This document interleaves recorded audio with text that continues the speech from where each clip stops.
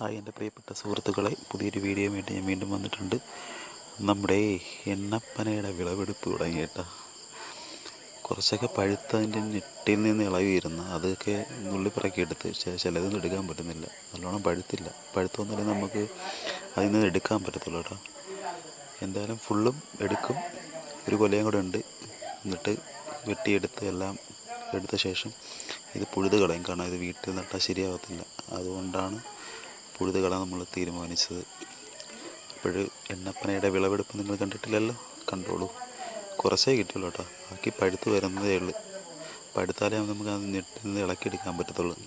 ഇഷ്ടമായാൽ സബ്സ്ക്രൈബ് ചെയ്യുക, ഷെയർ ചെയ്യുക, ലൈക്ക് അടിക്കുക, കമൻറ്റ് ചെയ്യുക, അടുത്തുള്ള മണി ബട്ടൺ ചെറുതായിട്ടും തട്ടുക.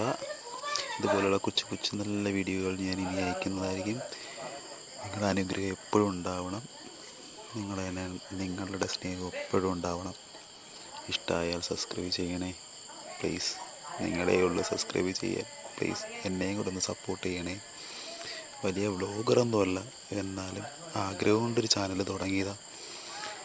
നിങ്ങളുടെ അനുഗ്രഹം എപ്പോഴും ഉണ്ടാവണേ പ്ലീസ്.